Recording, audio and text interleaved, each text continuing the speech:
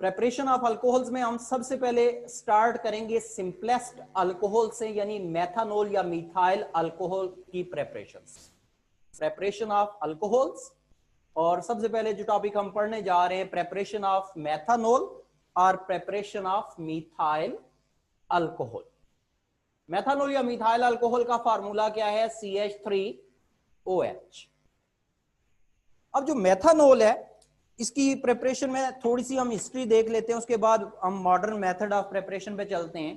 तो मेथानॉल जो पुराने दौर में प्रिपेयर किया जाता था वो प्रिपेयर होता था by distillation of wood. Methanol was formerly prepared by distillation of wood, और इसीलिए मेथानॉल को वुड स्पिरिट भी कहा जाता है, क्योंकि पहले मेथानॉल प्रिपेयर किया जाता by distillation of wood, that is why methanol is also known as wood spirit. अब हम चलते हैं कि मेथानॉल आजकल कैसे प्रिपेयर किया जाता है इन लेबोरेटरी।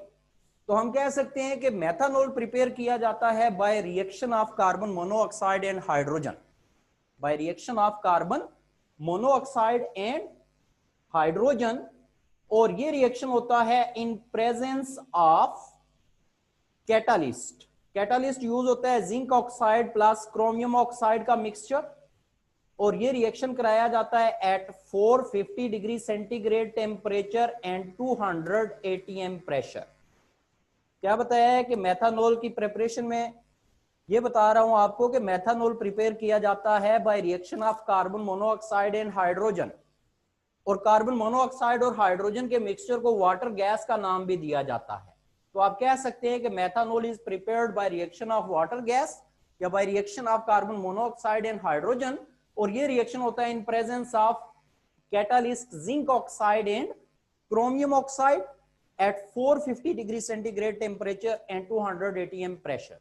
और इस रिएक्शन के नतीजे में आपके पास प्रोडक्ट बन जाएगी CH3OH, मिथाइल अल्कोहल और मेथानॉल। ये होगी आपके पास इक्वेशन इसकी बैलेंस।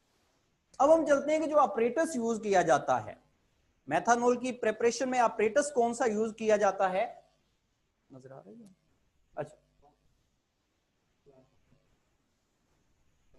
अच्छा, ऑपरेटस जो यूज किया जाता है उसमें यहां पे आपके पास सबसे पहला यूनिट है इसमें गैस प्योरीफायर। गैस प्योरीफायर का क्या फंक्शन है कि यहां पे गैसेस को इंटर किया जाता है और ये गैसेस प्योरीफाई होती हैं। सबसे पहले मैं रिएक्शन लिख लेता हूं कि वाटर गैस के रिएक्शन से आप यहां पे प्रिपेयर करते हो, वाटर गैस यानी कार्बन मोनोऑक्साइड और हाइड्रोजन के मिक्सचर को इंटर किया जाता है इन गैस प्योरीफायर। यहां पे इन गैसेस से इंप्योरिटीज रिमूव होती हैं या ये गैसेस प्योरीफाई होती हैं। गैस प्योरीफायर के बाद फिर ये गैसेस मूव करती हैं कंप्रेसर में। ये आपके पास इस ऑपरेटस का जो पोर्शन है इसको हम नाम देते हैं कंप्रेसर। कंप्रेसर का क्या फंक्शन है कि यहां पे गैसेस को कंप्रेस किया जाता है एट 200 एटमॉस्फेरिक प्रेशर। कंप्रेसर से आगे कंप्रेस्ड गैसेस फिर पास होती हैं इनटू कैटालिस्ट टावर। ये जो टावर है इसको हम नाम देते हैं कैटालिस्ट टावर, और कैटालिस्ट टावर में आपने ये कैटालिस्ट रखा हुआ है mixture of chromium oxide and zinc oxide, और यहां पे टेम्परेचर है कैटालिस्ट टावर में 450 डिग्री सेंटीग्रेड। ठीक है, क्या बताया है कि कंप्रेसर में गैसेस को कंप्रेस किया जाता है एट 200 atm, और फिर ये कंप्रेस्ड गैस पास होती है into catalyst tower. Catalyst tower में आपने कैटालिस्ट मिक्सचर रखा हुआ है क्रोमियम ऑक्साइड जिंक ऑक्साइड का, और टेम्परेचर यहां का है इस टावर का 450 डिग्री सेंटीग्रेड। यहां पे जब ये रिएक्शन होता है इन गैसेस का तो आपके पास मेथानॉल बनता है या मिथाइल अल्कोहल बनता है। अब इस टेम्परेचर पे जो मिथाइल अल्कोहल बनता है वो वेपर्स की फॉर्म में या गैसियस फॉर्म में होगा। अब ये मिथाइल अल्कोहल यहां से बनने के बाद इसके वेपर्स आगे पास होती हैं इनटू कंडेंसर। ये मेथानॉल के वेपर्स किधर जाएंगे? कंडेंसर में।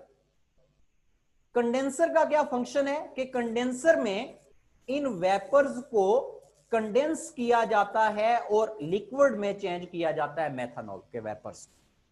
ठीक है, क्या बताया? कंडेंसर का क्या फंक्शन हो गया कि जो मेथानॉल आपके पास कैटालिस्ट टावर में बना था, ये हमारे पास था कौन सी स्टेट में? वेपर्स या गैसियस स्टेट में। और इसके वेपर्स को फिर आगे कंडेंसर में पास किया जाता है। कंडेंसर में पास होने के बाद ये वेपर्स किस में चेंज हो जाते हैं? Into liquid methanol. अब ये लिक्विड मेथानॉल आपके पास यहां पे कलेक्ट हो जाएगा। लिक्विड मेथानॉल यहां पे आपके पास ये कलेक्ट हो जाएगा या मिल जाएगा। अब आप कह सकते हैं कि यहां से अगर कोई अनरिएक्टेड कार्बन मोनोऑक्साइड और हाइड्रोजन गैसेस मौजूद हैं, तो वो अनरिएक्टेड गैसेस जो हैं वो इस रीसर्कुलेशन पंप में जाएंगी।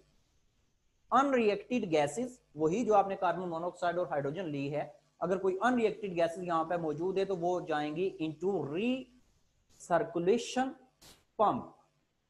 अब रीसर्कुलेशन पंप से ये गैसेस वापस जाती हैं इनटू कंप्रेसर, और कंप्रेसर से कंप्रेस होने के बाद अगेन ये प्रोसेस रिपीट होता है और वो अनरिएक्टेड गैसेस भी दोबारा से मेथानॉल में कन्वर्ट हो जाएंगे। तो ये आपको बताया मेथानॉल की इंडस्ट्रियल प्रेपरेशन। इसमें आपको क्या बताया कि मेथानॉल आजकल किस मेथड से बनाया जाता है? By reaction of carbon monoxide and hydrogen या वाटर गैस के रिएक्शन से। कैटालिस्ट कौन सा यूज होता है? टेम्परेचर प्रेशर की कंडीशंस आपके सामने है। उसके बाद ऑपरेटस आपको बताया है कि इस मेथड के लिए जो ऑपरेटस यूज किया जाता है वो क्या है कि सबसे पहले हमारे पास यूनिट है इसमें गैस प्योरीफायर। गैस प्योरीफायर में गैसेस को प्योरीफाई किया जाता है, कार्बन मोनोऑक्साइड और हाइड्रोजन को। उसके बाद ये प्योरीफाइड गैसेस आगे मूव करती हैं कंप्रेसर में। कंप्रेसर पे इन गैसेस को कंप्रेस किया जाता है एट 200 atm प्रेशर। कंप्रेस करने का मकसद ये है कि आप जब कार्बन मोनोऑक्साइड और हाइड्रोजन का रिएक्शन करवाओगे तो ये हाई प्रेशर रिक्वायर्ड होता है इस रिएक्शन के लिए। अगर आपने लो प्रेशर रखा हुआ है, गैसेस के मॉलिक्यूल्स एक दूसरे से दूर हैं, तो फिर ये रिएक्शन नहीं होगा। जब आप गैस को कंप्रेस करते हैं, मॉलिक्यूल्स एक दूसरे के करीब आते हैं, तो तब ये रिएक्शन होता है। जैसा कि कंडीशंस में बताया कि 200 atm पे रिएक्शन होगा। कंप्रेसर में गैसेस को कंप्रेस कर लिया, आगे कैटालिस्ट टावर में जाएंगी ये गैसेस। वहां पे आपने हाई टेम्परेचर भी अप्लाई किया हुआ है और कैटालिस्ट भी मौजूद है, तो यहां पे ये रिएक्शन होगा और मेथानॉल वेपर्स की फॉर्म में बन जाएगा। अब जो वेपर्स हैं उनको फिर आगे कंडेंसर में कंडेंस किया जाता है या लिक्विफाई किया जाता है और ये लिक्विड मेथानॉल आपको यहां पे ऑब्टेन हो जाएगा।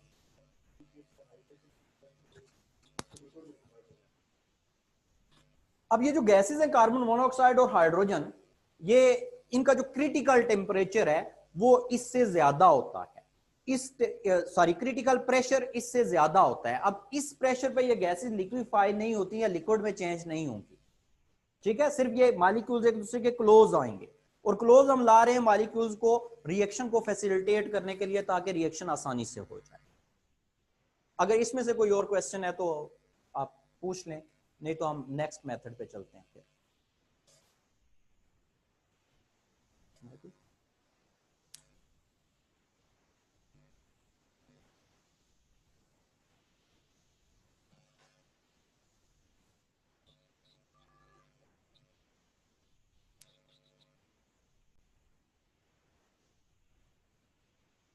अच्छा, नेक्स्ट हम स्टार्ट करने जा रहे हैं। आप प्रेपरेशन ऑफ अल्कोहल्स पढ़ रहे हैं, अभी आपको बता दिया है प्रेपरेशन ऑफ मिथाइल अल्कोहल या मेथानॉल हमने कर लिया।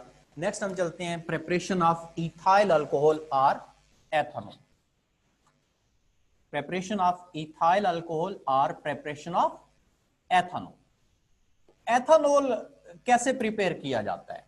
हम कह सकते हैं कि एथनॉल की प्रिपरेशन के लिए हम मेथड यूज करते हैं फर्मेंटेशन। जो प्रोसेस यूज किया जाता है एथनॉल की प्रिपरेशन के लिए वो कौन सा प्रोसेस है? Fermentation process. फर्मेंटेशन प्रोसेस से एथनॉल प्रिपेयर किया जाता है इन इंडस्ट्री। अब आप देखें कि जो फर्मेंटेशन प्रोसेस है, सबसे पहले आप इसको डिफाइन करें, व्हाट इज फर्मेंटेशन, और फर्मेंटेशन प्रोसेस के लिए जो कंडीशंस रिक्वायर्ड हैं वो कंडीशंस बताएं, उसके बाद हम बाकी डिटेल पे चलेंगे। तो हम कह सकते हैं कि fermentation is a biochemical process which takes place in presence of enzymes secreted by microorganisms।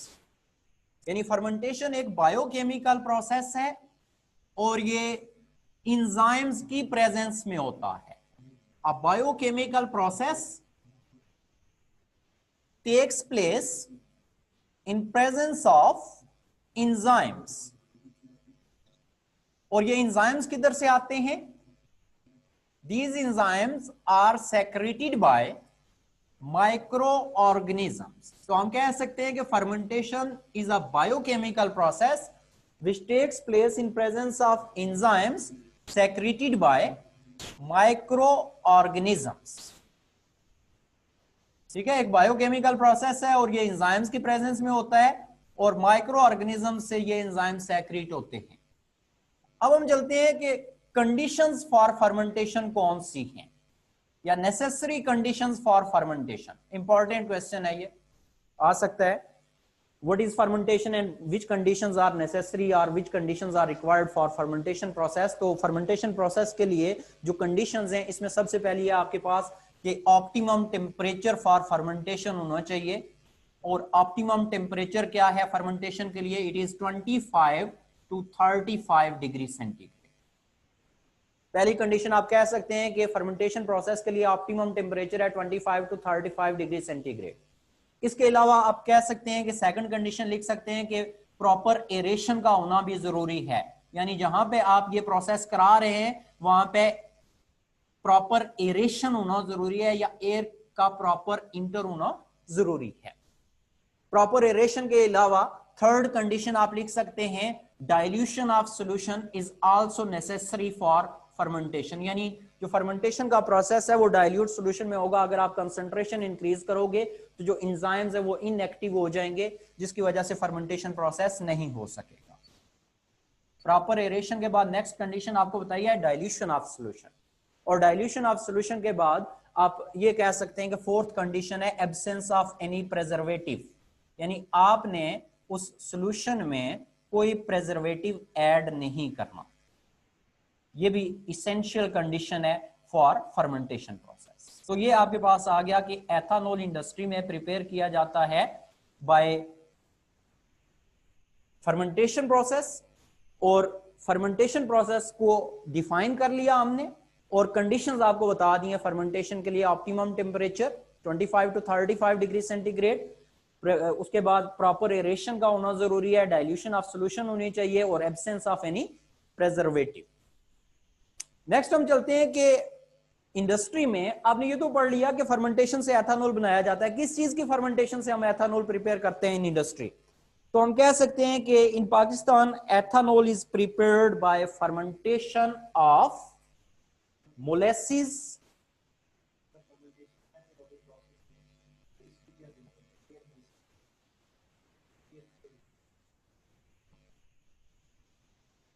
Proper aeration.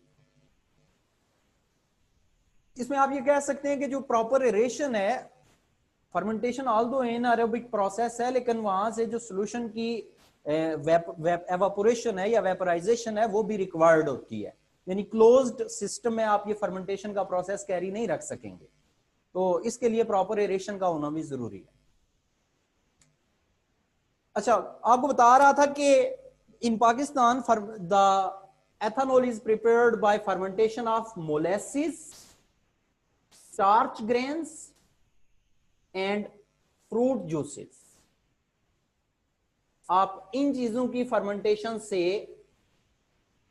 Ethanol prepare कर सकते हैं।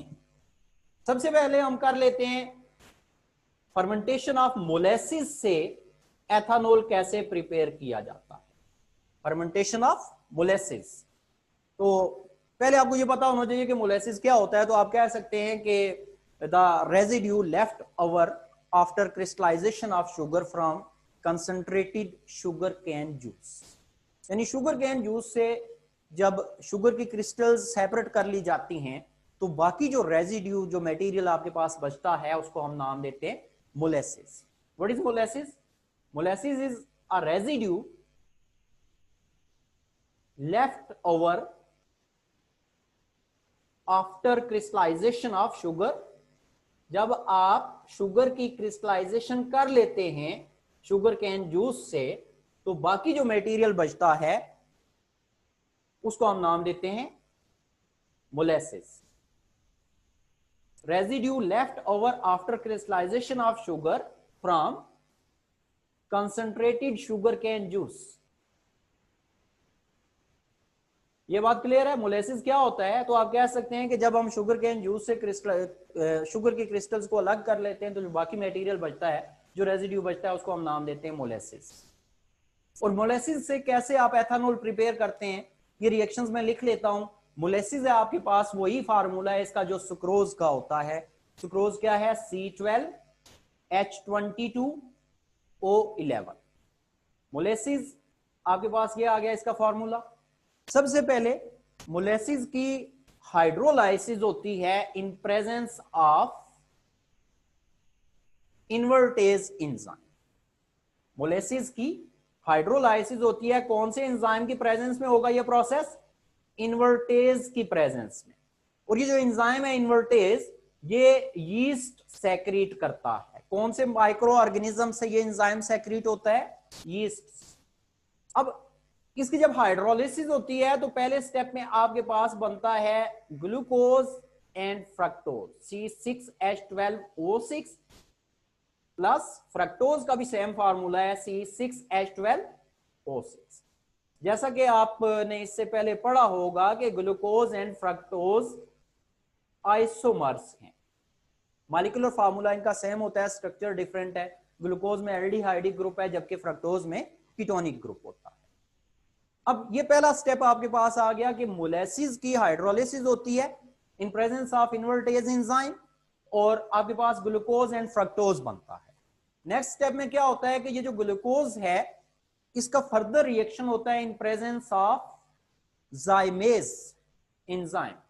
सेकंड स्टेप में लिख लेता हूं C6H12O6, यानी जो आपके पास ग्लूकोज बना था फर्स्ट स्टेप में, इसका फर्दर रिएक्शन होगा और ये रिएक्शन होगा इन प्रेजेंस ऑफ जाइमेज, और जाइमेज भी यीस्ट सेक्रीट करता है और आपके पास यहां पे प्रोडक्ट बन जाएगी ethyl alcohol C2H5OH plus carbon dioxide CO2। तो ये आपके पास प्रेपरेशन ऑफ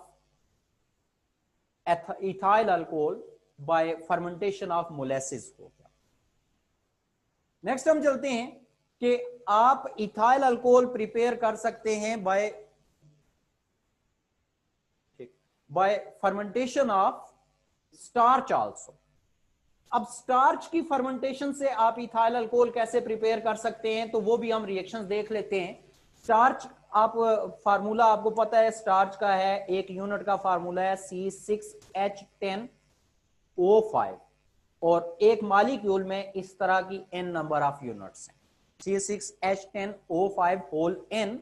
और पहले स्टेप में स्टार्च की हाइड्रोलिसिस होगी with n number of molecules of water और ये स्टेप होता है इन प्रेजेंस ऑफ एंजाइम डायास्टेज, और डायास्टेज भी यीस्ट सेक्रीट करता है। आपके पास यहां पे फर्स्ट स्टेप में क्या चीज बनेगी, माल्टोज। फर्स्ट स्टेप में आपके पास बनेगा माल्टोज। माल्टोज सुक्रोज का आइसोमर है, इसका मॉलिक्यूलर फार्मूला सेम है जो कि सुक्रोज का था, C12H22O11। माल्टोज बन गया आपके पास। अब हम चलते हैं कि सेकंड स्टेप में क्या होता है कि जो माल्टोज है इसका फर्दर रिएक्शन होता है in presence of maltase enzyme और आपके पास प्रोडक्ट बनती है सेकंड स्टेप में ग्लूकोज। मैं सेकंड स्टेप लिख लेता हूं। फर्स्ट स्टेप में आपके पास माल्टोज बना था C12H22O11।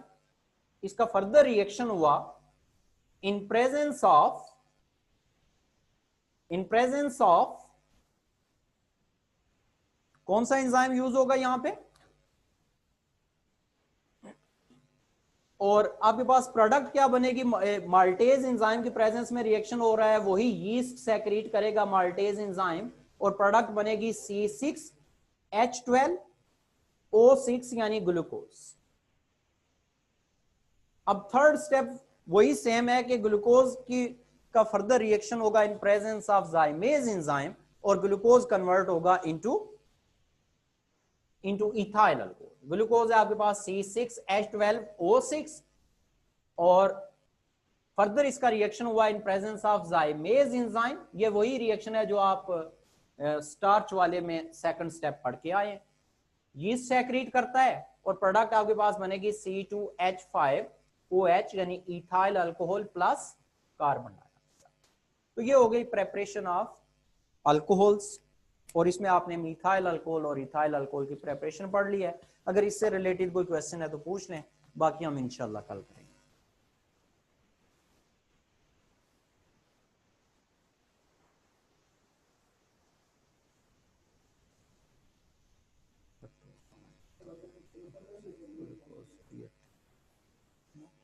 अच्छा बच्चे, फ्रक्टोज जो यहाँ पे बनता है, ये आप मोलेसिस वाली बात कर रहे हैं। फ्रक्टोज जो है वो सॉल्यूशन के अंदर मौजूद रहता है। फ्रक्टोज सॉल्यूशन के अंदर मौजूद रहता है, वो रिएक्शन नहीं करता फर्दर रिएक्शन में सिर्फ ग्लूकोज यूज होगा।